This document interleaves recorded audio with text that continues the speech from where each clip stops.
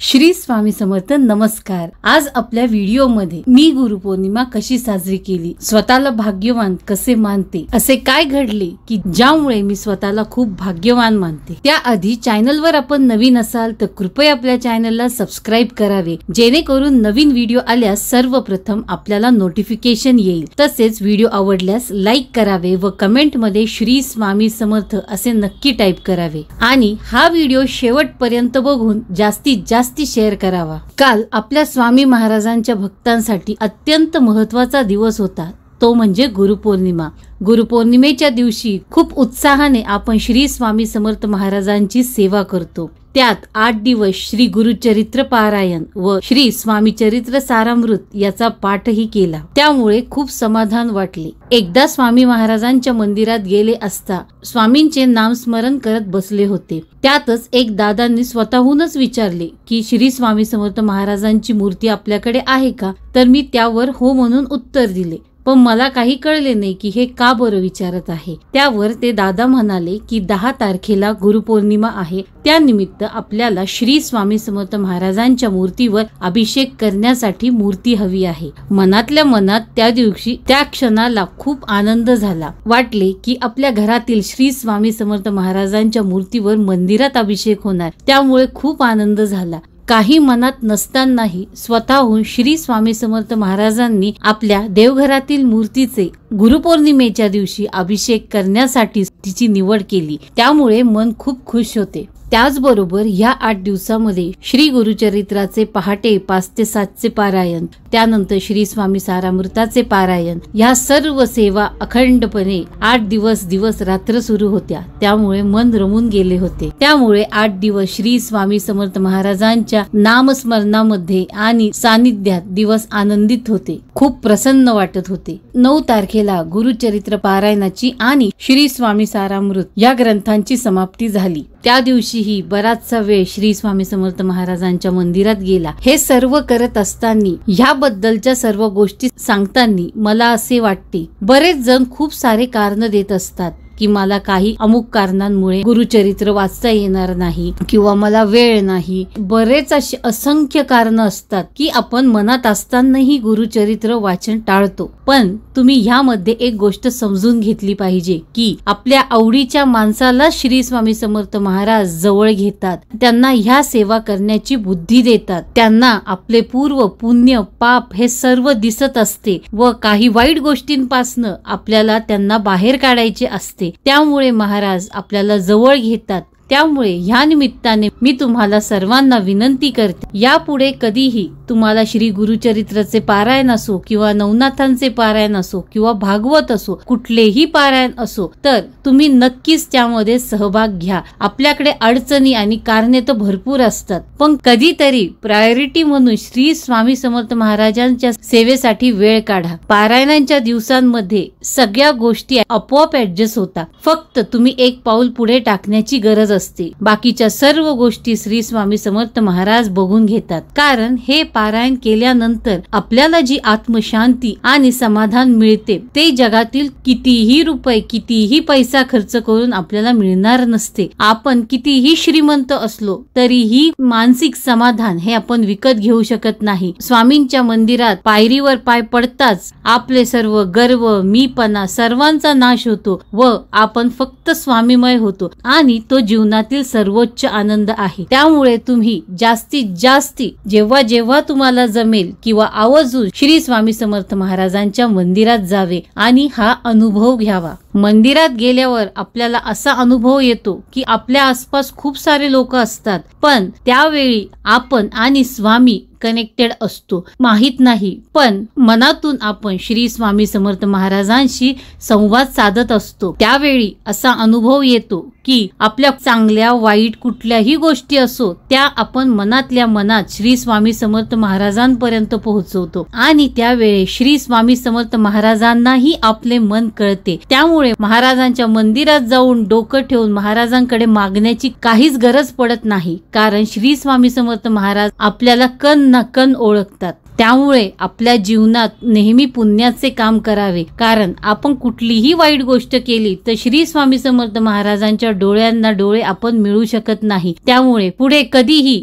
कुठलेही वाईट काम करण्याचा मोह आपल्याला जर झाला तर तेव्हा फक्त श्री स्वामी समर्थ महाराजांचा तो समोर फोटो आठवावा. आपण कधीही वाईट काम करणार नाही आणि ताटमानेने श्री स्वामी समर्थ महाराजांसमोर बसून त्या आत्मविश्वासाने महाराजांना आपले दैनंदिन प्रश्न अडचणी स्वामींशी संवाद करून सांगू शकतो आणि त्यावर हमखास श्री स्वामी समर्थ महाराज तुम्हाला चांगला अनुभव देणारच. त्यासाठी तुमचे मन निर्मळ हवे. बऱ्याच वेळा आपल्याला वाटत असेल की सगळ्या अडचणी किंवा इतके दुःख मलाच का होते, महाराजांना हे कळत नाही का? महाराजांना आपल्या प्रत्येक गोष्टी कळतात, पण महाराज आपल्या प्रारब्धामध्ये ज्या काही वाईट गोष्टी असतात त्यांचे हळूहळू निवारण करत असतात. आपण आपला भूतकाळ किंवा आधीचे जन्म बघू शकत नाही. आधी आपण कुठली पापे केली असेल त्या पापांचा हिशोब पूर्ण झाल्याशिवाय महाराज आपल्याला काही देऊ शकत नाही. त्या पापांचा हिशोब महाराज पहिले पूर्ण करतात आणि आपल्यावर येणारे तीव्र संकट महाराज छोट्या छोट्या अडचणी देऊन ती संकटे आपल्या समोर छोट्या रूपात आणतात. महाराज मोठी संकटे आपल्या समोर छोटी करून त्यांची तीव्रता कमी करून आपल्याला सहन होईल अशी परिस्थिती निर्माण करतात आणि हळूहळू आपल्या पापाचा घडा कमी करतात. महाराजांनी ही आपली जबाबदारी घेतलेली आहे. महाराजांना स्वतःही वाटते की मी माझ्या लाडक्या भक्ताला यामधनं बाहेर काढावे, पण यामध्ये जर श्री स्वामी समर्थ महाराज 1000 पावलं चालून आपल्याकडे येत असतील तर आपल्यालाही एक पाऊल उचलणे गरजेचे आहे. त्यामुळे जेव्हा जेव्हा आपल्याला कुठलीही सेवा करायची संधी मिळेल तर कृपया ती टाळण्यापेक्षा त्यावर मार्ग शोधून ती सेवा नक्की करावी. आतापर्यंतची माहिती जर आपल्याला आवडली असेल तर कृपया आपल्या चॅनलला नक्कीच सबस्क्राईब करावे, जेणेकरून नवीन व्हिडिओ आल्यास सर्वप्रथम आपल्यापर्यंत नोटिफिकेशन येईल. तसेच लाईक, शेअर आणि कमेंट मध्ये श्री स्वामी समर्थ असेही टाईप करावे. तसेच हा व्हिडिओ जास्तीत जास्त शेअर करावा, जेणेकरून ह्या जगामध्ये खूप सारे लोक निराशेच्या अंधकारामध्ये बुडून गेलेले आहेत. त्यांच्या जीवनात अंधार पसरलेला आहे, पण त्यांना काय करावे हे सुचत नाही. त्यामध्येच असे व्हिडिओ जर त्यांच्यापर्यंत पोहोचले तर नक्की श्री स्वामी समर्थ महाराज ह्या लोकांना अंधकारातून बाहेर पडण्यास मदत करतील आणि त्याचबरोबर तुम्ही हा मार्ग त्यांना दाखवल्यामुळे तुमच्याही पदरी पुण्य पडेल आणि आपलेही प्रश्न हळूहळू सुटण्यास मदत होईल. त्यामुळे असे व्हिडिओ जास्तीत जास्त शेअर करून नवीन लोकांना श्री स्वामी समर्थ महाराजांचा मार्ग दाखवावा. काही दिवसातच अशा व्यक्तींना अनुभव येतात आणि ते स्वतः आपले जीवन श्री स्वामी समर्थ महाराजांच्या चरणी वाहतात आणि त्यांच्या जीवनाची गाडी स्वतः श्री स्वामी समर्थ ओढतात. जीवनात कधीही वाईट प्रसंग आला किंवा आपली मनस्थिती जर चांगली नसेल, कुठल्याही कारणामुळे आपल्याला त्रास होत असेल, मग तो शारीरिक किंवा मानसिक त्रास असू द्या, तुम्ही श्री स्वामी समर्थ महाराजांच्या मंदिरात किंवा आपल्या देवघरासमोर श्री स्वामी समर्थ महाराजांच्या फोटो समोर किंवा मूर्ती समोर बसून श्री स्वामी समर्थ महाराजांशी मनातून संवाद साधावा. नक्कीच महाराज तुम्हाला त्यावर काही ना काही उपाय तरी देणार. असा लाखो सेवेकऱ्यांचा अनुभव आहे. बरेच लोक नैराश्यामध्ये वाईट पाऊले उचलतात. त्यांच्या या एका वाईट पाऊलाने त्यांच्या स्वतःच्या जीवनाचे तर नुकसान होतेच, त्याचबरोबर त्यांच्या कुटुंबाचेही न भरणारे नुकसान होते. अशा नैराश्याच्या परिस्थितीत जर तुम्ही महाराजांसमोर थोडा वेळ जरी जाऊन बसलात तरी तुमच्या मनाला शांतता लाभेल आणि कुठला ना कुठला मार्ग तुम्हाला मिळेल. त्यामुळे तडकाफडकी निर्णय न घेता शांत होऊन महाराजांना तुमच्या सर्व अडचणी बोला. महाराज तुम्हाला नक्की तारणार. यासाठी दररोज श्री स्वामी समर्थ महाराजांच्या तारक मंत्राचे पठण करावे. आपल्या चॅनलवरही श्री स्वामी समर्थ महाराजांच्या तारक मंत्राचा व्हिडिओ उपलब्ध आहे, कृपया डिस्क्रिप्शन मध्ये चेक करावे. तारक मंत्र हा अत्यंत प्रभावी मंत्र आहे, ज्यामुळे आपला आत्मविश्वास वाढतो. खचलेल्या, आत्मविश्वास गमावलेल्या, दुःखात असणारे, कर्ज, कोर्ट कचेऱ्या, घटस्फोट, विवाह संबंधी अडचणी, संतती संबंधी अडचणी, व्यसनाधीनता यावर श्री स्वामी समर्थ महाराजांच्या तारक मंत्राचा उपाय देखील दिलेला आहे. आपल्यापर्यंत हा व्हिडिओ पोहोचला आहे, तसेच गरजूंनाही हा व्हिडिओ नक्की शेअर करावा. जेणेकरून नवीन व्यक्तींनाही श्री स्वामी समर्थ मार्गाची ओळख होईल। आता आपण वळूया गुरुपौर्णिमेकडे। 10 जुलै 2025 गुरुपौर्णिमेच्या दिवशी सकाळी 6:30 वाजता श्री स्वामी समर्थ महाराजांचा अभिषेक करण्यासाठी मंदिरात पोहोचले। महाराजांचा पंचोपचार अभिषेक संपन्न झाला।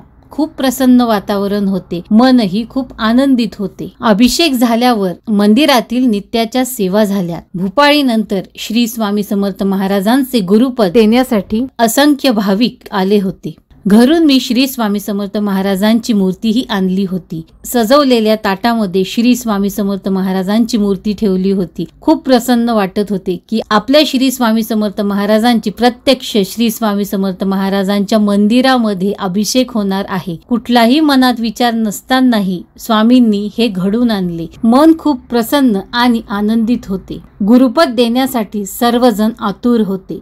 आम्हीही श्री स्वामी समर्थ महाराजांचे गुरुपद घेतले व महाराजांना ह्या गुरुपौर्णिमेपासून पुढच्या गुरुपौर्णिमेपर्यंत आमचा सांभाळ करावा अशी विनंती केली। बघता बघता लोकांची गर्दी वाढू लागली। सायंकाळी जेव्हा मी मंदिरात पुन्हा आले तेव्हा असे कळाले की 5000 पेक्षा जास्त लोकांनी आपल्या घरातील श्री स्वामी समर्थ महाराजांच्या मूर्तीवर गुरुपद घेतलेले आहे। खूप आनंद झाला। मन इतके प्रसन्न झाले की मला ते व्यक्तही करता येत नाहीये। स्वामींकडे बघितले व महाराजांसमोर असे जाणवले की आपण जीवनात जे काही करत आहोत ते नक्कीच योग्य आहेत। त्यामुळे श्री स्वामी समर्थ महाराजांनी इतकी मोठी संधी आपल्याला दिली।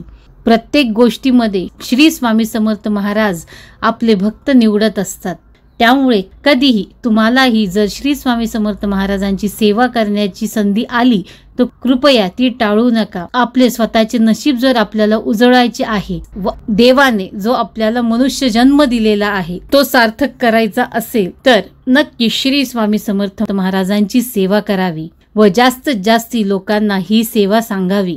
मंदिरातही खूप प्रसन्न वातावरण होते। 10-10:30 वाजले तरी मंदिरात यात्रेचे स्वरूप आले होते। जणू की श्री स्वामी समर्थ महाराज प्रत्यक्षच तिथे उपस्थित आहे आणि स्वतःच हितगुज करत आहेत असा भास होत होता। काही लोक यज्ञाच्या भोवती दर्शन घेत होते। काही श्री स्वामी समर्थ महाराजांच्या दरबारात फोटो समोर उभे राहून मनातून श्री स्वामी समर्थ महाराजांशी संवाद साधत होते, तर काही लोक गुरुपद देण्यासाठी आतुरतेने वाट बघत होते व काही लोक श्री स्वामी समर्थ महाराजांचा नाम जप करत श्री स्वामी समर्थांशी संवाद साधत होते। प्रत्येकाच्या चेहऱ्यावर मंदिरातून काहीतरी घेऊन जाण्याचा आनंद स्पष्ट दिसत होता व प्रत्येक सेवेकऱ्याचा चेहरा प्रसन्न भासत होता। प्रत्येक जण श्री स्वामी समर्थ महाराजांचा प्रसाद मनात भक्तिभाव ठेवून घरी घेऊन जात होता। रात्री खूप उशिरापर्यंत गुरुपद देण्याचे विधी चालू होते। त्यामुळे आपल्या घरातील श्री स्वामी समर्थ महाराजांची मूर्ती प्रत्यक्ष महाराजांच्या मंदिरात रात्रभर होती। रात्री झोपण्यापूर्वी असे वाटत होते की प्रत्यक्ष जागृत श्री स्वामी समर्थ महाराजच आपल्या घरी येणार आहेत। त्याची मी आतुरतेने वाट बघत होते। पुढचा दिवस उजेडताच श्री स्वामी समर्थ महाराजांची भूपाळी झाली आणि केंद्रातील सेवेकऱ्यांनी आमची श्री स्वामी समर्थ महाराजांची जागृत मूर्ती आमच्याकडे सोपवली। प्रसन्न मनाने श्री स्वामी समर्थ महाराजांची आमच्या देवघरातील आसनावर त्यांची पुन्हा स्थापना केली व मनोमनी श्री स्वामी समर्थ महाराजांना विनंती केली की अशी सेवा आमच्याकडनं जन्मोजन्मी घडत राहावी। कुठल्या ना कुठल्या रूपात तुम्ही आम्हाला नेहमीच दर्शन देत राहावे। 5000 पेक्षा जास्त सेवेकऱ्यांनी आपल्या ह्या श्री स्वामी समर्थ मूर्तीवर त्यांना गुरुपद दिले। अशी महाराजांची मूर्ती आमच्या घरी पुन्हा स्थापन झाली व आमच्या कुटुंबियांकडून महाराजांची अशी सेवा घडत राहावी हीच महाराजांचरणी प्रार्थना करते। आणि आजचा व्हिडिओ जर आपल्याला आवडला असेल आणि आपण चॅनलवर नवीन असाल तर कृपया सबस्क्राइब करावे, जेणेकरून नवीन व्हिडिओ आल्यास सर्वप्रथम अशी सुंदर माहिती आपल्यापर्यंत पोहोचेल। त्याचप्रमाणे गरजवंतांना हा व्हिडिओ नक्की शेअर करावा। बघा, त्यांच्यामध्ये नक्कीच बदल होईल व ते श्री स्वामी समर्थ महाराजांच्या छायेत राहतील व त्यांचाही जन्म घडेल आणि त्याचे पुण्य तुम्हाला मिळेल। व्हिडिओ आवडल्यास नक्की लाईक करावे आणि श्री स्वामी समर्थ असे नक्की कमेंट करावे। आपल्या चॅनलवर श्री स्वामी समर्थ महाराजांच्या मार्गातील सर्व सेवा उपलब्ध आहे। कृपया एकदा डिस्क्रिप्शन किंवा चॅनल चेक करावे। जेणेकरून श्री स्वामी समर्थ महाराजांच्या मार्गातील प्रत्येक सेवा आपल्याला घरच्या घरी करता येतील। आपण जरी नवीन सेवेकरी असाल तरी प्रत्येक सेवेबरोबर लिरिक्सही दिलेले आहेत, त्यामुळे आपल्याला समजण्यास आणि सोबत सेवा करण्यास सोपे जाईल व आपणही खूप सोप्या पद्धतीने श्री स्वामी समर्थ महाराजांची सेवा करू शकाल। स्क्रीनवर इतरही श्री स्वामी समर्थ महाराजांच्या सेवा येत आहे, कृपया त्यावर क्लिक करून आपली सेवा रुजू करावी। श्री स्वामी समर्थ।